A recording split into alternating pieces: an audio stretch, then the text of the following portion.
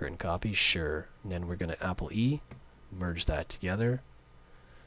I'm just dragging this into folders to keep everything organized. Now, you notice when I did that, I dragged the curtain to the layer. It popped right in, so the curtain copy has now been applied. Is now having the hue saturation. That's fine. Just keep in mind that this stuff, again, like I said before, takes on whatever you drag into it. So I'm going to use this guy here. I can actually swap it, and everything gets grouped together. Well, we're not going to do that. Right now, what I'm going to do is actually make the reflection, and then actually, folks, we're done. So we're just going to do Apple T,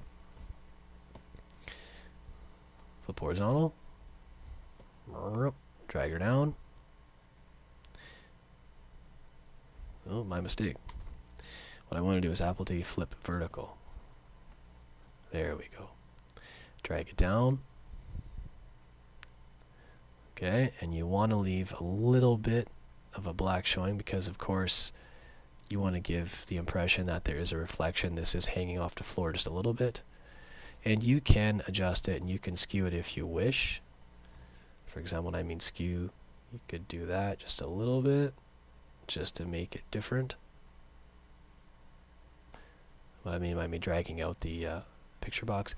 Now what I'm going to do is I'm going to bring the fill down a bit, which brings the transparency down, which gives it that nice, soft, warm glow. Now, if there's anything else you'd like to do, for example, what if you want to highlight? What if we want to sparkle? Well, this is the cool part. This is the fun part because you get to do all the cool stuff, and now it's all coming together. Notice everything's in nice, clean folders. So all of a sudden, I've got all this nice real estate. I'm going to make a new layer, and I'm going to bring it way above everything, and I'm going to call this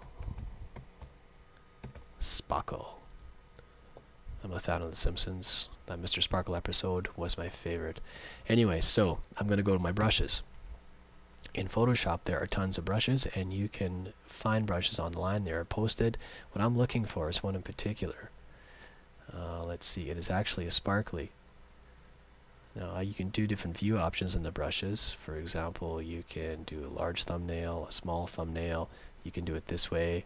That's the brush I want. One of these guys.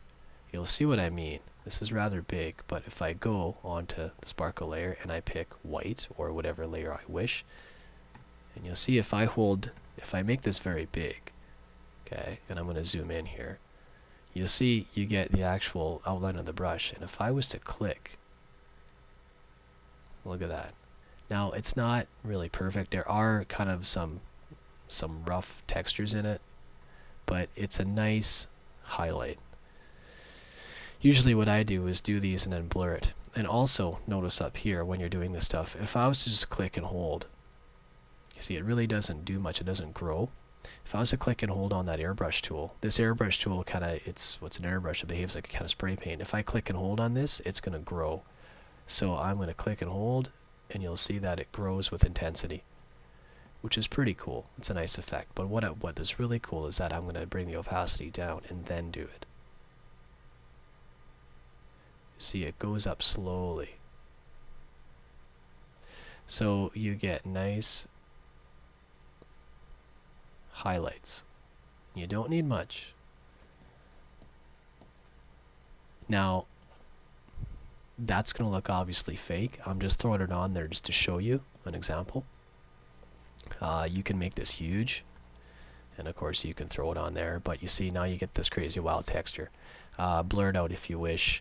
Usually I don't like to use this. I use other effects, but it's a nice, quick, and easy effect. And you know, you can go down in here. Let's make this kind of small. I'm gonna go down here. I'm gonna put a pop right there. You know, put one right there. And you don't want to do too many of these shines because really, these highlights are, you know, some are good, but too many are really frowned upon. There you go. There's a guitar. Pretty cool. I want one.